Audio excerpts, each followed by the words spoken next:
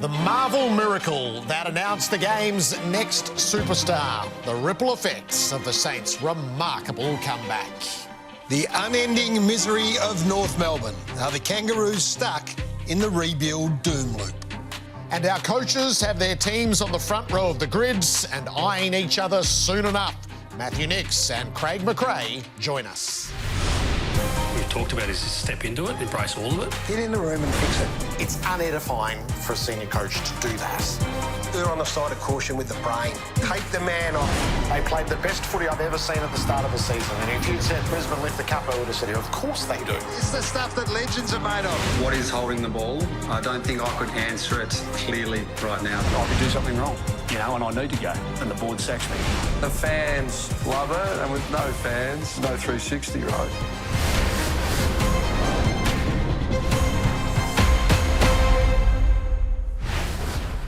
Be gentle with the Melbourne supporters in your life. How's the mood check? How's your throat? How's your voice? My mood's about as good as your voice. Yes. Fading. As that game went on, it was like your voice just dropped out. You had nothing left at the end of it. I told you the games have been going too long, Gerard. I said at the first show, should have finished at three-quarter time. I'm laughing because there's no other choice. Gallows humour. Yeah, no, it's extraordinary. I was about to say I've never seen anything like it. I haven't. It was a record. No one's ever seen anything like it. So to sit on my own, I was just in a room and watch it all unfold. I got up and folded the washing when there's 3 goals to go. I thought I'd better do something. This TV's not going to last. But for Saints fans, I'm trying to put myself in their seats. They've got three-quarter time. They're just about, well, they're checked out. 45 points. Some of them are on the train on the way home watching on their phones. And then they've had the best quarter. We bemoan the facts that there's not much to celebrate. You've got to wait for premierships or finals. But you celebrate those moments. Yeah. They're once-in-a-lifers. So well done, Saints. Good on you. It's salvaged the weekend. We forecast with a little bit of pessimism how this round was shaping on Wednesday night. This is what it ended up looking like. 517 points combined, the highest in a round since round 4, 2014. The only surprise is it wasn't the record. The 6th highest round margin in history. So I was thinking, Gaz, you called 2 games with a combined margin of 191 points and you didn't have the biggest blowouts. No, I know. It's extraordinary. So the Dogs flexed their attacking muscle. We'll talk about the Adelaide Crows in the showdown. And then the poor old Kangas. So, I don't know, that's food for... We'll have Greg Swan tomorrow night, which you're about to tell us, for his first sit-down. This is, for many teams, they are limping to the line. It's not palatable for those that pay big money to broadcast. All right, here's what we have lined up. Craig McRae and Matthew Nicks have their teams 1 and 2 on the ladder and they're drawn to meet in round 23, so the timing couldn't be better. The On The Couch team is fully assembled. Jack and Jordan with Nathan and Jonathan here to go through all that transpired. Tomorrow night, Greg Swan is here at the desk. Harry Sheasel and Will Day, our youngsters, and their journey through a season. Will's just back, so we'll see how he survived the first up. For Razor Ray, we'll be talking 666 and free kicks and configurations and the like. And then Wednesday night, our favourite pairing, Adam Simpson and John Longmire together. Tom Green on the eve of the Giants game against the Bulldogs, and that is one hell of a starting point for the next round. That is magnificent. All right, every Monday night starts with the awarding of the GVPs, the most valuable player in the estimation of Gary Lyon from the previous round. The prize is the most sought after in footy. It is finding down right now for the Mustang GT Fastback from Ford. Iconic design, unreal performance, 5-litre V8 engine, goes like a dream and valued at $93,000. It's no poison chalice. It's the most magnificent prize in footy, but this is... I was handed a very tough task, and this week it's the toughest of the year. Jeff. Highest bar to clear to get in? Yeah. So 11 goals didn't get a vote. No. You'll be expelled from the forwards. I know. So Thilthorpe, who doesn't get a vote. Callaghan, no votes. Young, no votes. So I apologise, but they got to go past these 3 boys. Matthew Rao gets a vote, and the Gold Coast Suns win over Brisbane Lions was substantial. It was massive. They're coming off a horrible loss. They're coming off a belting earlier in the piece in the Q Clash. There was no other option for them to get moving, and that man was right slap bang in the middle of it again, Gerard. 37 touches, 12 tackles, 15 clearances, 23 contested. He is a phenomenal footballer, that bloke. Landmark moment that's, reframes their whole journey, I reckon. 2. Nick Dacos. Yes. How can you play in the manner that he did and not get 3? Well, we'll find out in a moment. But No, he's motoring towards some higher honours. I don't know if there's one. Is there higher than the GVP? Maybe there's one other that might be rated a bit higher, and he'd be amassing plenty. But he was just beyond. He was on another level. 42 and 3 goals. Did you see much of that? Yeah, and he was the reason to keep watching. Yeah, otherwise, yeah. He had it just... It was one of those days you could tell when the best was doing his thing. And like a lot of them, this bloke was nowhere near the best player on the ground at 3/4. Nowhere near it. He was at the end of it, and as I went in Miller, he played a very good game because he's an outstanding player, but his kicking was off. He was missing targets. Melbourne were all over him, and he was under no consideration for anything like a GVP. And at the end, you can't not give it to him because he won a game in a fashion that you've not ever seen in recent times, and they've done something that no one's ever done, and he was the one in front of it. And we're going to unpack all of this later, so don't worry if you think we're just brushing over it. But what an extraordinary footballer. What an extraordinary footballer who's out of contract and they're going to be sweating bullets. Like, the angles in this are amazing. Yeah. But so he starts the year as a damaging halfback. He goes into the middle and rival coaches are happy to declare him a top 10 player. And then with the game on the line, he goes to full forward and takes an epic hanger to level it up. And then, anyway... This is what it looks like. Patrick Dangerfield's on 9. Matt Rowell moves to 7. In camera and the Giants are in contention. Yeah, in camera soon. They have to be. Because I'm under pressure to get too much. I'm faltering. But they were 3 worthy vote getters, but there were plenty of them throughout the course of the round. All right, that spins perfectly into the agenda because, as you say, we'd never seen it before, and that's not sporting hyperbole. A record that had lasted 30 years for last quarter comebacks fell at the feet of the Saints yesterday with some ingenuity, with some strategic genius, and with a young star on the rise. Oh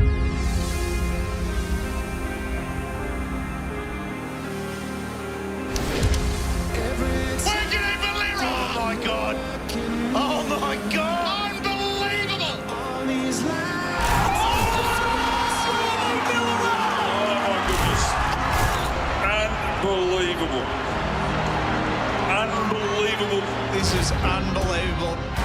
Indescribable drama at Marvel Stadium.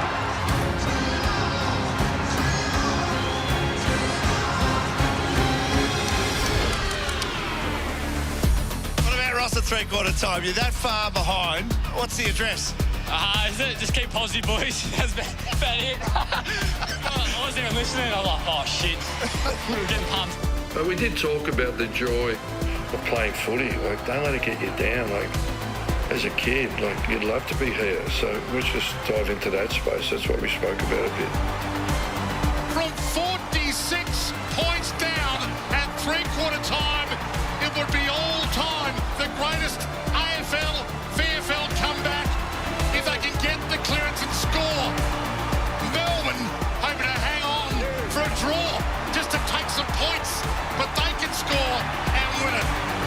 They're cruel, the footy gods. They can kill you for sport.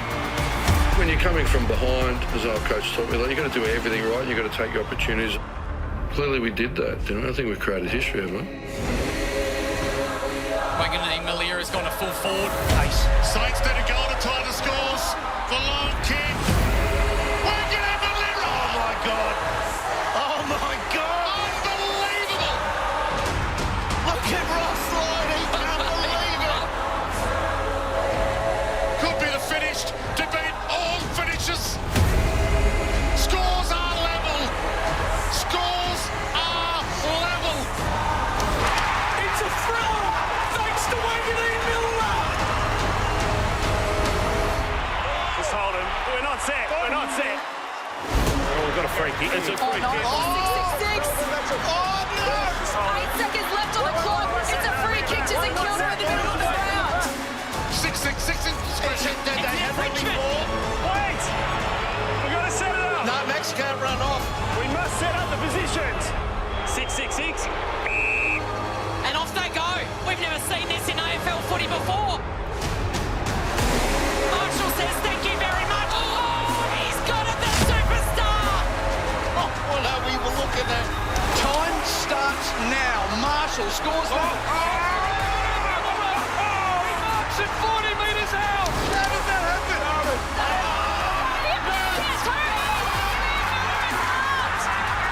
This is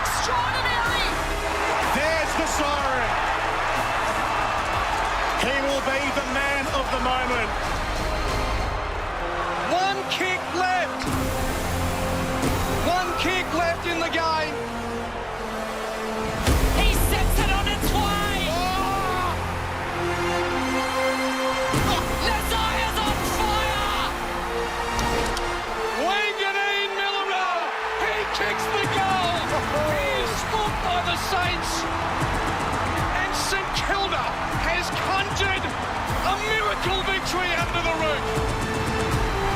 And you will remember this moment for years to come. That was really, really pleasing.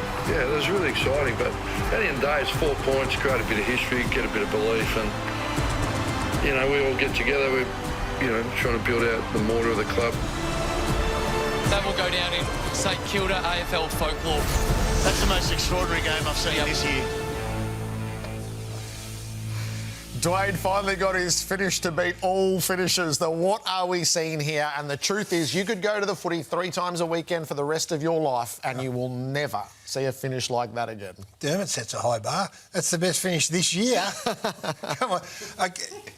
You won't see a better package than that. So whoever put that together, Tim Hodges and the team, I've only been here 5 minutes. It's AFL 360 have owned this space, and I don't care if people say you're talking about your own show. It's not my show, Gerard's show. That is as good a 4 minutes of packaging up something. So well done, everyone. Anyway, so it's hard to live through. Yes. It was amazing how it built, because it always just felt, even when the momentum had changed, as Ross said, everything has to go right. For 2 minutes, you couldn't figure out how Melbourne didn't score, and it's probably just a bridge too far. And when Wanganeen Miller lines up, it's to tie the game. We're going to split the points and talk about that mark and a kick. Yeah. And it's inconceivable that then he could be at the centre bounce and lining up for goal to win it 8 seconds later. I probably need to watch it again. In amongst all that, Clayton Oliver misses everything from 25 metres out. Harrison Petty's on the goal line and he just has to go like that. Anyway, so then you go, how does it all happen? Well, it's the most extraordinary breakdown of communication. And I was talking to people today about it. Everyone panics in their life, in their job. The beauty for everyone else is that you don't get a broadcast and then you don't get it picked apart for the next week. They just happen to panic on national television in front of everyone. So what was the rules and how did it all unfold? The AFL's played its role today with clarification for the umpiring department so that teams know what this looks like in the future. The 666 infringement that makes it possible with 8 seconds left on the clock. So St Kilda conjure their plan. Yeah. And the plan's pretty basic. I don't want to dance on everyone's parade. Everyone's going, this is a mastery. Look at this, a bit of this, a bit of that. This is genius. No, it's not. So if I'm Rowan Marshall, he's going, look, I don't care if there's 8 on you. Yep. I'm kicking it to you. So get forward and I'll kick it to you. Now, there was a bit of, they did it well. They got to one side and all that sort of stuff. But as for this being some sort of miracle setup, no, it's not. I'm you, 7, best player in the game at the minute. I'm kicking to you wherever you are. That's it. So clear out the space, open up space. And this is... So that's Kilda's credit. They followed the direction Wanganeen Miller gives them. Yep. They open up this incredible pocket of space, and Bowie gets totally confused by that. Viney's just bewildering where he goes to the wing instead of to Caminiti. And there actually ended up being 2 targets in the flat here for Marshall to kick at. Wanganeen Miller is the shallow, so this is the wide receiver. He should be under triple coverage, but he's on his own. And Caminiti's out the back too. Yeah, so I know I'm being facetious, but it is. It was... Everyone in the world knows that number 7 is getting the footy except 18 Melbourne blokes. Everyone in football knows that 7's getting it. So somehow Jake Bowie, and they're going to cop it everywhere, so he turns his back on the play instead of being eyes. Every eye should be on Nazaya. Every eye. And then Jack's on the wing for the first time in his life, who, by the way, had tackled Jack Viney's game up until 3/4 time. He tackled St Kilda into submission. And that poor bastard just, all he's going to be remembered for was this, and that's fair enough. Why he's standing on a wing and not on the corner. And then the actual rules. Yeah, so there's conjecture around this that the umpire's boss has set out tonight. He says you're not permitted to change personnel of the starting position once the breach has been called. So there was the question, could Gawn have left and just been replaced by somebody else? The answer to that is no. It's the responsibility of the opposition ruckman to stand the mark or leave the mark, but he can't be replaced on the mark. So Gawn, they could have left Marshall untended, but I think that would have been a high risk. Yeah, so if someone was to stand the mark, it had to be Max Gawn. It had to be Gawn. That's the rule, is it? Or he had to get straight out. They should have had a line of players basically at centre-half back. Yeah. 5 of them at different depths to be able to provide the coverage. So that was the error that was made. What about for Wanganeen Millera? So there are moments in a young man's career where you announce yourself, and probably more on the hanger and the goal to tie it up. There's no superlatives. We tried in the broadcast of all the radios. They threw every adjective you could. It's just elevating yourself into rare territory, Gerard. You kick the ball down there, he's double teamed, and he takes as clean as a whistle pack mark. And as impressive as that was, he just went back and not for a second did you doubt that he was going to kick the goal. He couldn't have split that middle any better than he did. So, no, everyone's found him as a player, and then he's just gone again into a stratosphere. I was hoping the theatre of the day would see him re-sign his contract in some way and walk out with it, but instead he was up on Ross Lyon's shoulders last night at the celebration. So they had a family night, and that is NAS on Ross's shoulders. No. Looks like a man who's staying to me, doesn't it? That's Rossi underneath there, is it? Yep. Magnificent. So this is all St Kilda folklore right even here. Even Ross could find him in the pub. Bloody 18 Melbourne boys couldn't find him on the field. I'm not surprised he got thrust up on his shoulder. So, no, it's one of those days for St Kilda, and we'll get on to Melbourne in a minute. For St Kilda fans and St Kilda supporters, it's rare because, again, don't want to be the downer, they were horrible for 3 quarters. So it is a catastrophe for Melbourne, and you sort of can't sidestep that from where they got to. Devastated, unacceptable, and conceded to panic. That's where the coach went. Does it shake the faith in Simon Goodwin? Well, it depends where you sit. It's a fundamental breakdown in leadership, of which he sits at the head of it. So, the questions will be asked of him, and he didn't back away from them, and nor should he. I'm looking at the playing. I'm looking at the playing group, Gerard. And I mean, this is senior footballers. I don't need to kick them. They've been kicked enough, but they just fundamentally panicked. And I want to go back before this. The result is the result, and we just narrow in on 2 minutes, which is fair enough. They came. There's no question in the world that 3/4 time they checked out. We have done enough. 45 points is more than enough, and so that the sin is there. The complacency puts them in a position at the end where they panic themselves into an embarrassment. But it starts at 3/4 time. That's where I'm going back to. And there's no question, how did this happen? Because they thought they'd won. So they'd absolutely boxed St Kilda's ears off. In every aspect of the game, they boxed their ears off, forward of the ball, behind the footy, and at clearance. And they just said, that is enough. So there's the problem. So go back to the players and the coaches and everyone else at 3/4 time, what was said and what was done. And then they stopped playing. And then it is on Max, and it is on Jack, and it is on every single one of them. And they'll cop it. And I'm not sacking the coach and all that sort of stuff. There is emotion out there. I get it. Everyone gets emotional when you see that unfold like that. But you got 1 or 2 options. You know, Grant Thomas says this all the time. You can be a victim, you can sit back and, oh, poor me, or you do something about it. And that's what they've got to do. It was, ironically, as good a 3/4 as they've played for a long time. Yeah, and it all gets washed away. Melbourne was in another theatre tonight at the AFL Appeals Board trying to free Stephen May from a 3-match suspension handed down by the tribunal last week. David Zeta sat through this case. David, welcome. Hello, Gerard and Garry. How has it come to pass? Well, Stephen May's ban has been upheld. This was as quick of an appeal board hearing as I can remember. They deliberated for 15 minutes before coming back and delivering the verdict that they would reject the appeal. The D's argued that to expect a reasonable football player to predict the bounce of an oblong ball is unreasonable. They said that certain things weren't put to Stephen May that should have been, and they said that amounted to procedural unfairness. They said that the tribunal didn't take into account a biomechanist's view as much as it should have, and they also said we are bewildered as to what is expected of a reasonable player. So that was their argument. They said this was such an unreasonable decision, no tribunal acting reasonably could have come to that decision, and they just said that the burden, the onus that they put on Stephen May to predict the bounce of the ball was completely unreasonable. The AFL said their written submissions say it all, but they ultimately contended the tribunal's decision wasn't unreasonable. They said May's evidence was extensive. The hearing took 3 hours. The reasons were comprehensive. May had a fair hearing, in their words. So Will Horton, Wayne Hemwood and Stephen Jureka all deliberated for a very short period of time before coming back and categorically dismissing this. They say that they are satisfied that Stephen May was afforded procedural fairness in the context of a disciplinary tribunal set up in a sporting body. He was given more than adequate procedural fairness. It is clear that it was open to the tribunal to come to the verdict that it did. Our job is to see if this decision was tainted, they said, not to rehear the dispute. There was no lack of fairness and no unreasonableness in the decision the tribunal came to. So he served the one-match ban already under concussion protocols and he'll miss the next 2.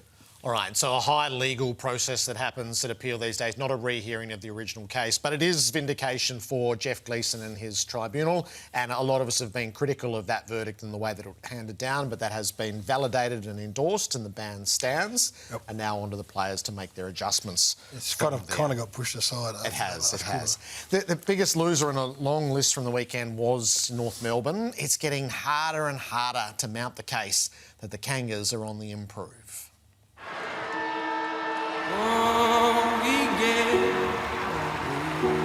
That is an old-fashioned flogging, every sense of the word, Nathan Buckley. That it was. I know you never want to be embarrassed. Those losses really set you back mentally. It's tough to pick a team up when you have that loss. Winning becomes a habit, and if you continue to lose, it starts to become a part of your DNA. It was a training drill. So if the system's too complicated, then you've got to strip it back. But this has been 3 years now of the system that Alistair Clarkson wants to implement with his team, and it's not getting better. So clearly there's a breakdown somewhere. And they've got some serious soul-searching to do. We're shooting ourselves in the foot a lot of the time. I think it's been a bit of a trend as of late. Some of our easy skill errors to turnovers that result in them getting goals out the back, and they're just so demoralising. It kills you as a team. I'd love to ask Alistair Clarkson, what are you trying to achieve? Show us what it should look like.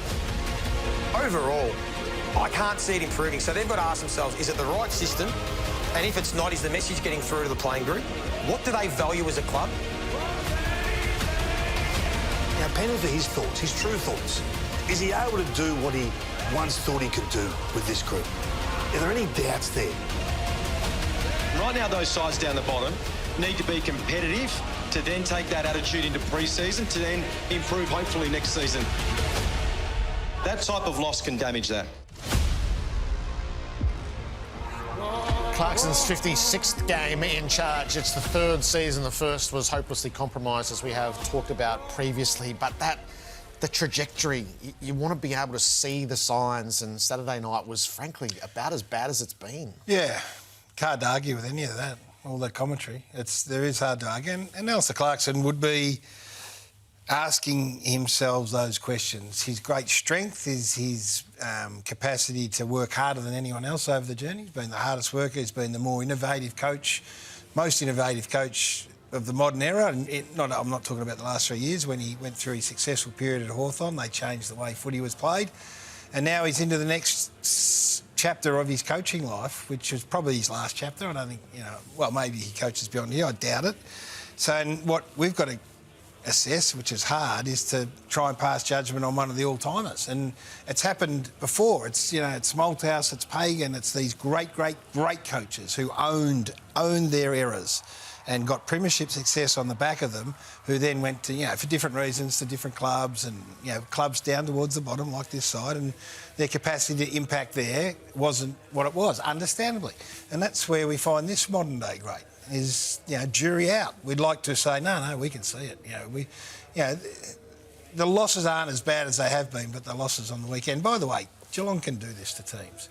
No Sherry, no Larky doesn't help. I'm not making excuses. I get all the questions and they are to be answered. But he's a stubborn little man. I shouldn't say little. He's a stubborn man, and he'll dig in. And I think it was Kingy who asked, has he still got the faith in himself? Well, I would suggest he has, but he's got to prove that, and his club's got to prove it. So there's sort of 2 questions that they're still stuck on. One is method. We are not seeing it. I do think they suffer by comparison with Richmond on that front. You can see what they are building and how they want to play, and then they're going to start to get second-guessed on their recruiting while careers are blossoming elsewhere, players that they overlooked and what they have gathered together. And this is the doom loop. If you don't get out of it, it repeats on you over and over. And they are in about the third spin cycle of this, and they would have desperately hoped that at the end of 2025, it would have been, you can see what's about to happen. Now, whether it takes another year or 2 or 3, we're not going to exit this year with that surety as you can see what's about to happen. Not the surety. There's been glimpses, and whether or not that's enough to sustain the faithful remains to be seen. But he won't give up on it. I'm pretty certain of that. One incident that caught your eye. So in the past few weeks, you've raised the dropping of knees and a kick, which was excused as a trip. And this is the pushing of a player in a pack. So Mychek gets fined for what he does to Floston here, but no suspension. Yeah, and I'm number one supporter, fan, so no problem there. That's dangerous. I mean, that is dangerous. The fact that Nick Floston gets back up, now he's been fined, by the way, $2,500. Ryan Mansell got suspended 3 games if we go back. So this is just, we've got to call out the behaviour, and we're calling. Not we, but the football is calling on footballers to change their behaviour. So Brodie Mychek can't do that. You just can't do it. It's too dangerous to push players into incoming traffic in that manner. And I think he's lucky. Like Darcy Moore was lucky. Darcy Moore got off scot-free. He gets off with a $2,500 fine. When Ryan Mansell, ironically, against Richmond Footy Club, they played on the weekend. This was a big story, Gerard. Now, he gets knocked out here, Mansell. So they're saying that he pushes him and knowingly pushes him into oncoming traffic and should have known that the traffic was coming. So Mychek has been found guilty of the same offence. It's just the impact is low rather than severe, and that dictates the penalty. Again, it's the 0 to 3 stuff, which is... Greg Swan will put this to him tomorrow. They will outlaw this 0 to 3 nonsense because Mansell was probably a 2 and Mychek's a 1, in my mind. Yep, and that dangerous action. Righto, that's a glimpse of some of the key agenda items from round 20. We couldn't be in better hands on a coaching front. Craig McRae and Matthew Nix. So the Magpies sit atop the table. They have been our competition leaders for months on end. And the Crows, they are massing their forces. Another landmark moment for them coming in a domination of a showdown.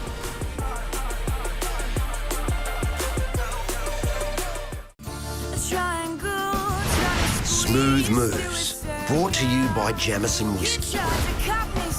The Jamison Whiskey Smooth Moves. There's no need to separate these two. Jake Saligo, inventiveness and a little bit of brilliance in the tricky conditions. And then yesterday at the MCG, it was sheer brilliance from start to finish as Nick Dacos weaved his magic against the Tigers. There's no smoother mover than the man who is the Brownlow favourite. Our coaches on duty tonight, Craig McRae. It's great to have you in the studio. Craig, welcome. Yeah, good to be here, Gary. And Matthew Nix over in Adelaide. Matthew, welcome. Thanks, guys. Wish I was there. We want to start by asking around the 6-6-6 and what happened at the end of the Melbourne St Kilda game. You've probably refined the close finishes as close as anybody, Craig.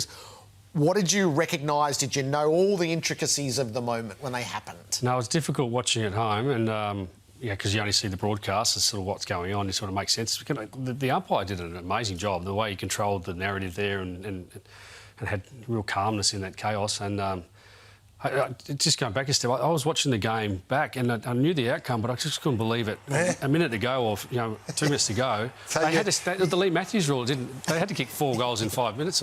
You're just saying that your daughter had done the spoiler alert, so you understood the result, but then you watched what was going on and you go, no, she's got that wrong. I know, I couldn't believe what I was watching. But the smarts, and I was only upstairs just watching your take on the positioning and just really, really clever under pressure. And no chaos. Look at him, look how calm he is and just instructing others. And so when they reset here, are either of you aware of the fact that they have to have the 4 who were nominated and designated to be there, they had to come back? I am now. And that the ruckman's responsible for standing the mark? Oh, I didn't know that either, no. Yeah. What would you have known here, Matthew? No, similar to Craig. The understanding would have been you need your 4 players inside the square, but the ruck one was an interesting one. So something that it's a good one not to be involved in if you're on the Melbourne side. But I'm a bit with Craig. I think the way the Saints went about this, just their composure in this moment. I guess you haven't got a lot to lose when you're able to push the green button and get all guns blazing. But geez, they did a good job to finish it off, didn't they? Is it the sort of one that you'll integrate into a training session at some stage just for fun? Well, last week we did our scenario stuff because we'd lost a couple of close ones, which we're not really that happy about. And so we were going sort of one mode and the other after every centre bounce is changing modes, but we haven't done that one. No. It would be, and again, your close finishing has been legendary. Your wins in close finishes. You would be a genius if you could anticipate.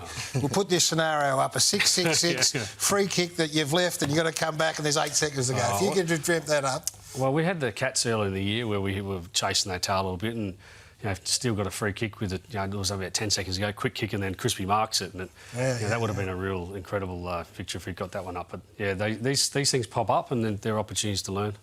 To what played out in the round, how, like it's a domination of a showdown, Matthew, and we know how much they mean in your town. How satisfying was that on a whole lot of fronts? We were just chatting earlier about later in the game when it did blow out to the score it did. We would have been happy with a 1-point win, and in the end, the way our guys went about it, that was the most pleasing part for us. We just had our foot on the throat the entire day. Our guys are in a position at the moment where they're just so hungry. They're loving their footy. It's a rare spot to be in. We're enjoying it. We're going to do whatever we can to stay there. But come towards the end of that game, for it to be a showdown and for us to be so clinical, I don't think we've played a game to that standard, not for a while anyway. No, in a remarkable round, it will get lost a little bit, and it shouldn't, because being there, watching it, was to witness a team that I think has arrived at the point where you really believed. And I know you've had some finishes. I did your game against Craig's group at the MCG where you were just close enough but couldn't get there, and you talked about taking the next step. Well, it looks in their own mind that they have arrived at that point. 103 tackles, 8 unanswered goals. Those conditions were the worst I've seen for 10 years maybe, and you were clean, and your hunger and desire to finish as well as you started was the most impressive thing. It was a really good night, I thought, for Adelaide. Yeah, probably our most complete, Gary. You talked about the tackle, which is the most important for us. We always rate ourselves around our contest. I think we may have missed 1 or 2, in that 100. So to have a night like that where, things go right, you need a bit of luck, but it's hard work over so many years for these guys. They've worked on their bodies, they've worked on becoming stronger and faster, and you mentioned it, we've had a few close losses to Collingwood, and we have huge respect for them. We've done all the training when it comes to our scenario stuff. Doesn't mean you get it right all the time, but for this game, for things to click and for it to finish the way it did, we couldn't have asked for a better result. The big boys were on fire. The 3 big tools, which people have asked good questions about, they look like in those conditions, if they could come together in the manner that they did. And then it was Pedler and Saligo and guys that have to strive really hard to be in their best, to be their absolute best. So anyway, all that. It was a super night. Do you keep an eye on the peloton at the moment? Yeah, I reckon they're playing too well too early, Gerard. No, I did. I flicked over. We had a VFL game on Saturday, and I was watching that with close interest. And then I flicked over at half time and started watching this game, and it was the conditions were horrendous, weren't they? And just they're so strong over the ball, Adelaide, and contested balls are really strong. And then I flicked back and I couldn't believe the result. They just ran away with it. It was pretty tight, the bits I was watching, but really impressive right now. So everyone's been studying you. Do you keep an eye on the teams that you can see emerging as potential September? Oh, well, we play this team in a few weeks' time, which is really exciting over there. We're really looking forward to that. Of course, I watch every game, as many as I can, and see what the trends are, and then we get all the stats during the week and work out who's good at what and other things, and look at what they're doing around their Gramble, why they're so good at Gramble around the ground, and then try to implement things that either going to take that away from when we play them or things we can get into our game. You've been out there, as you said, you've been out there on your own for a long time and well clear, 10 points and percentage at various stages. Yeah, I said to our players this week, I said it's like the Tour de France. We've been a breakaway and the peloton's catching us. But we've got to be OK with that, because at some stage there's a level of it doesn't matter how many points clear you are or not, you all start again at some stage, and we just got to get certain parts of our game right. Well, you got Nick right. Not that how much credit you have to take. He's a super talent, but he's been a bit sore, been a bit bashed around a little bit, played a bit more inside than outside. But you've got his role. Went back with him and Josh playing off half-back the last couple of weeks. Yeah, it was sort of through circumstances with Dan Houston out. We thought Josh had an incredible last quarter against the Gold Coast, and Nick was just a little bit sore. And I just said to him, how about we play half-back for a bit and just, we'll go back to where you started in your first year. We took him away from the contest a little bit, so in this first year, because of the bigger bodies and the like, and it just allowed him to just play a bit freer, if you like, and then pinch hit through the midfield where it's needed. So he's enjoyed it. He's enjoyed it, particularly last week and again this week. And 43 last week, 42. They're numbers, but this week game, if you get a chance, Nixie, to watch his stuff, it was pretty special.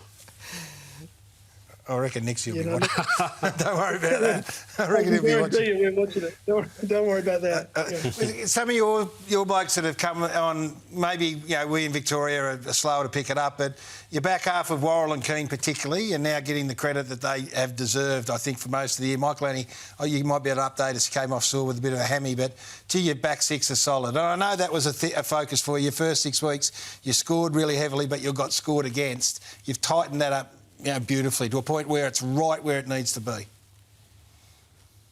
Yeah, the team defence stuff was an issue for us earlier in the year, and we went to work on that. It was only small tweaks, probably more mindset than anything, and a bit of stability behind the ball. But that's a team focus. I think our midfield have really improved their accountability.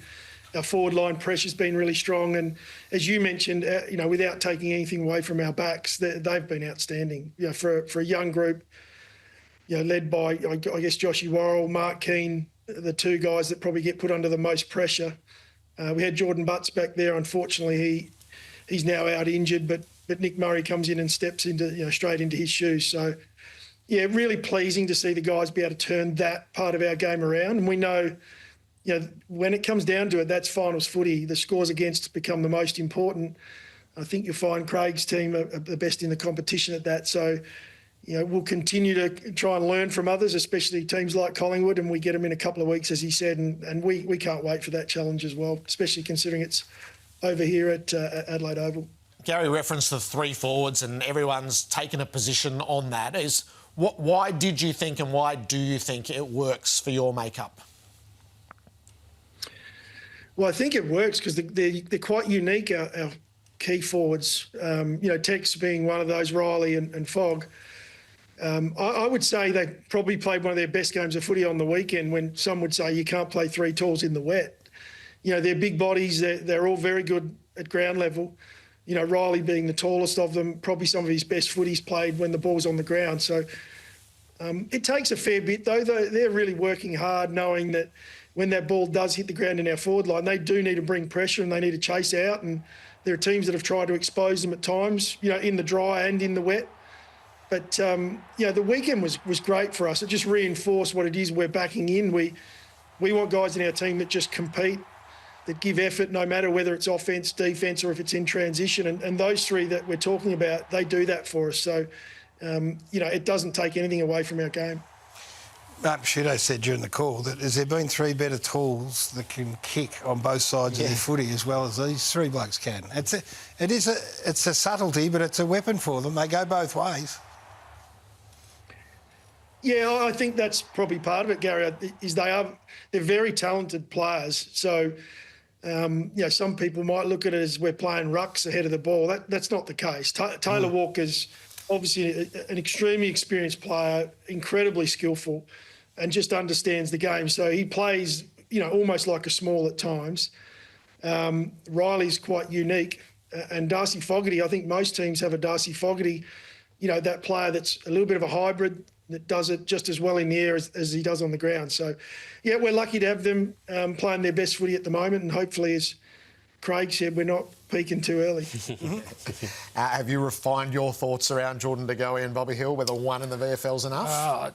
I've slept on it, but we still don't know because we haven't seen them this week. We haven't trained yet, so we'll be in tomorrow, see how they've pulled up. We're conscious of their loads. They've been out a long time. I was pleased with what they did. Bobby kicked 3 goals, but Geordie had his power back in what he was doing, and there was only trying to get it around 70% of the game, which they both got through well. So again, it's how they pull up. But we'll talk about it early tomorrow. 6 premiers. You got the 6 premiership players: Pendlebury, Howard, De Goey, Hill, McCreary, Frampton, all just at various stages of getting back. It's been a challenging period with injuries for us, and then getting through that as every team goes through it, and it's challenged our depth. But we've found opportunities for others to step up and take that while they've been given it, and then we're just slowly getting some of those personnel back, which ideally we get them back in the next few weeks. All right, there are big games in the next few weeks too. Our coaches with us tonight, Craig McRae and Matthew Nicks, continue on. We look towards the run home. And tomorrow night here at the desk, he's the new boss of footy at the AFL, Greg Swan. We all turn our eyes in hope to him to fix various issues in the game that we have tabled throughout the year on 360.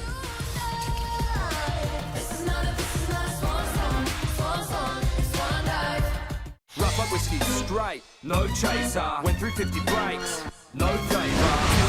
Round 20 wasn't as stacked as round 21. This is high stakes right from the outset. The Dogs and the Giants on Thursday night to get it started. The second meeting of the Crows and the Hawks. Top spot, top 4, top 8, all on the line, depending on your finishing position. And then Saturday night at the G, our two heavyweights, Collingwood and the Brisbane Lions. They've met at the Gabba earlier, back at the home of footy, where they staged that epic grand final a couple of years ago. So it is loaded. Round 21. Darcy Moore used a great phrase, which I suspect is yours post-game yesterday, sharpening the sword. What is sharpening the sword at this time of year? Just making sure that the big tickets are all in order, and then just looking for marginal gains. That's the language I use post-game. Yeah, it's all. I think a lot of everyone's probably searching for the same thing, but we're all still trying to qualify. Like I'm not a ladder predictor guy, but I think that's pretty even, isn't it? Small margins. The squeeze is on. How are you working to refine your game at the moment, Matthew, or are you in the phase first time in it that it's the new experience? Yeah, it's a little more unique for us. We haven't been here for a number of years, and our group hasn't either from a playing group point of view. So a little different to Craig and obviously the Magpies. But at the same time, we have some experienced people at the club from a staff point of view. So, we're using some of that experience and what they've been through. We understand that you do want to hit the finals at your best. So we're trying to work through that at the moment. Can we hang on for another month and still be able to perform for another 4 or 5 weeks after that? At the moment, it's just let's keep going, keep the momentum. We've been able to manage a few players through the last few weeks, but we'll keep looking at that as we go without flirting with, I guess the win-loss part of it. I just want to ask both of you as senior coaches, and nothing's come of this, so you feel free to comment. What did you make of Toby's comments on Tommy Papley as he's coming off the ground? Look, it's just, I don't know, if it was one of our players, I probably would call him in the office and just have a chat about it, what that represents us, how it represents us. Yeah, I don't want to get too earnest about it. From my own point of view, I sort of laughed and shrugged it off, but I just wonder whether or not it's from a coaching point of view, Nixie, is that something you'd want to address with a player, or is that just Toby? I think there might have been a bit going both ways, but I totally agree with what Craig's saying. I think there's probably a bit more of an understanding now about mental health and looking after each other. And I know Toby well. I don't know Paps that well, but I believe, both of them are competitors, and there may have been a bit of a tongue-in-cheek, a bit of a joke about it. But you've got to be a bit mindful around that area. It was white hot at that stage, wasn't it? Yeah. In that game. I think whoever said there was a bit going both ways might have been on the money. Do you want to add to Fix It, Gerard has been a segment. I don't think you've had a crack yet, Craig, so why don't you...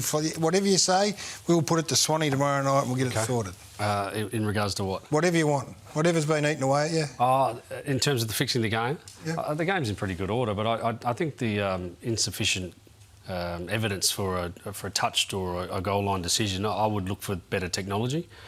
I'm sure in the world there is a version of that somewhere, whether it's just even at the MCG for grand final day, that I'd hate to have a game decided by an insufficient intent or insufficient evidence. I'd fix that. Nixie, you actually set this thing on fire what was your first record? It was last touch out of bounds. Oh, that's right, yeah. We haven't got that up yet, but we're working on it. What do you got for us tonight? Well, it's actually one of Craig's. I'm going to steal it. Hopefully that won't be the only thing I steal this year, but he was talking about it before. I like the rugby union model where the game can play on for advantage for a period of time and then be called back.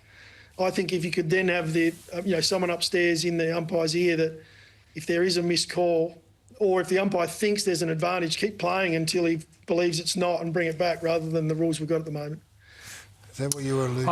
I just think that technology is so incredible, and having an umpire of experience in somewhere watching it live or whatever, and then they go, hey, that's clearly high, and then it's split second, and if you miss some, let them go, but the real obvious ones, that's clearly a push in the back, whatever. Why wouldn't we use technology to make our game better? But there's always going to be grey, and I think we've got to live with that. Yeah.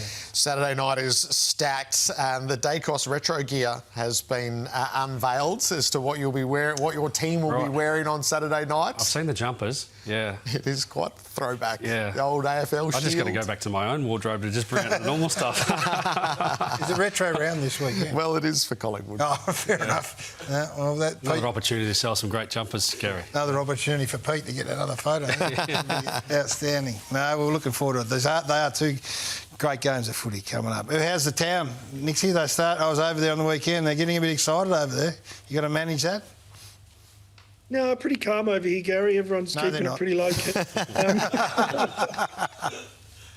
No, and so they should be getting up and about. I think I did in my post-game presser. It's, we've had a pretty tough run for a number of years, our supporters and our members, but they're stuck with us. And so if they're having fun at the moment, it's like, go and have fun. Yeah. We're focused, like we're locked in. That's our job, and we're straight onto the Hawks. But yeah, the town's buzzing. Good stuff. Great to have you with us, Matty. Good luck. Thanks, guys. See you on Friday night, and we'll see you Saturday night, Craig. Thank you for being here. Thank you. Good luck, Nixie. Craig McRae and Matthew Nix, our coaches this Monday night. Our players, our young guns. Harry Sheezer was last here after the breakthrough win against Carlton. It's been regression since then. And Will Day told us he'd get back with a handful to play, and so he did. How's he come through the first up assignment? They'll be at the desk tomorrow.